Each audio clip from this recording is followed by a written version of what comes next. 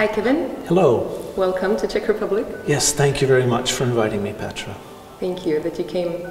So the ceremony is successfully over. The winners are awarded. So tell me, please, how do you feel about being part of such an event?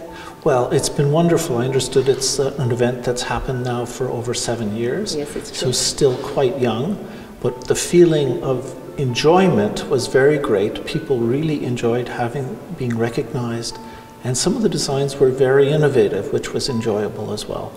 I did look at all of the submissions and had, a sense that people were trying quite hard to achieve something with a new material and in a new way, and I think that was wonderful. Yeah, you are right. That's my second question, because you were also part of our jury. Yes. You saw all the constructions.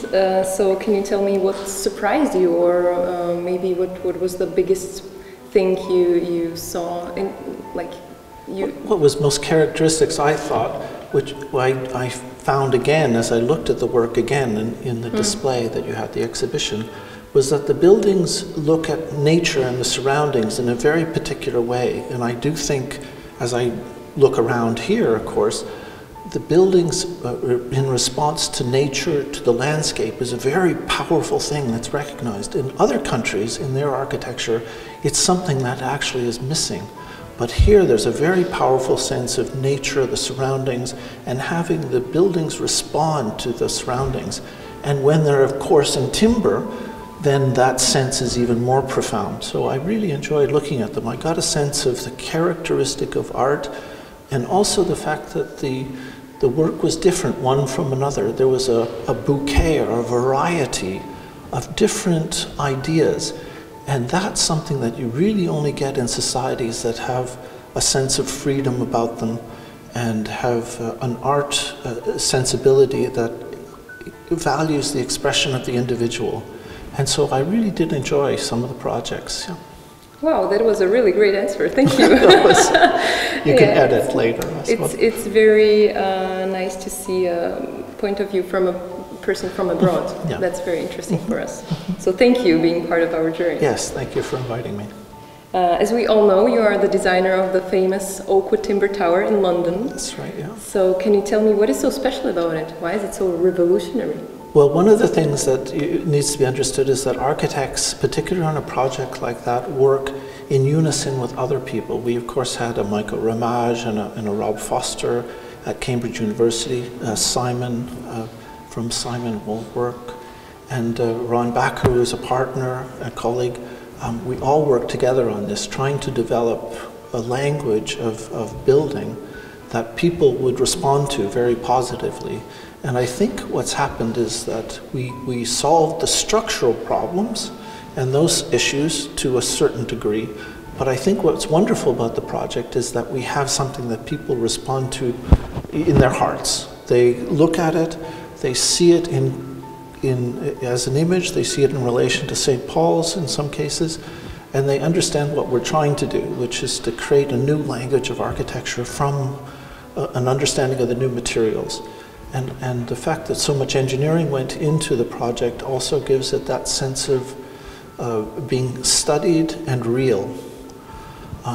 So for me, it's almost a lesson in how the science of engineering and design can come together to form a new language and expression that people really take to their heart. We had a woman who was writing an article for the New York Times, and at the end of the interview I was asking, well, why is it that you were interested in writing about this project? And she said, well, I was sort of dumbfounded that this very simple idea had never been really introduced before, and I just, really had an emotional response to it, that it was something new and original, but also, why wasn't it ever done before? It was that amazement, and I think that's what art can do. It can raise the level of discourse through the media, and that's what seems to have happened.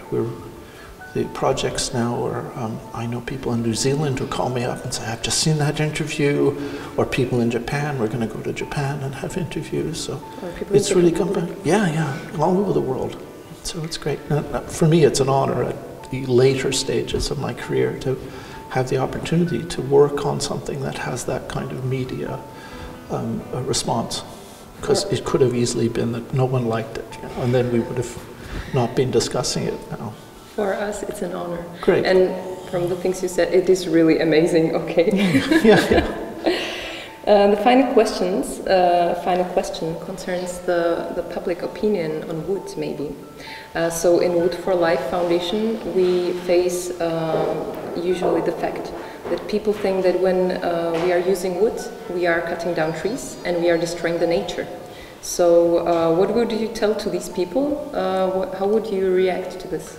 Well, the projects that we're describing really are part of managed forests. You probably know the pulp and paper industry in Czechoslovakia. We're talking in Sweden and in Canada. Paper is being produced in a different way now. So all of those jobs and all of those factories now are either being closed, demolished, and the skills and understanding of the nature of wood as a material is being lost. So this allows us to propose a retooling for a new demand, which is residential housing, where this type of cross-laminated timber really, I think, has a good place in architecture and in design, because the modules, it can be made out of modular elements and can be stacked and made in all sorts of variety of ways. So what I would say is that nature is not wild. Nature is something that man has to tend to. It's not something that can be left to its own devices. In many cases, there need to be clearing of the undergrowth in order to manage the risk of fire.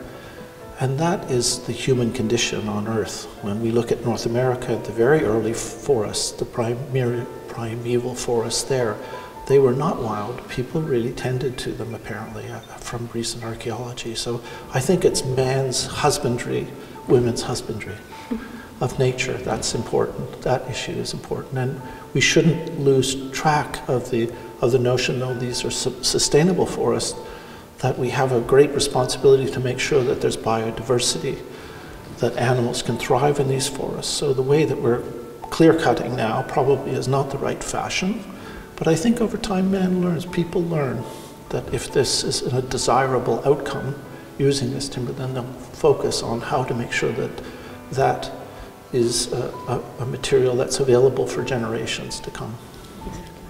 I think everybody will understand now when you explained it so nicely. So thank you very much again. Thank you very much. Very lovely to meet you.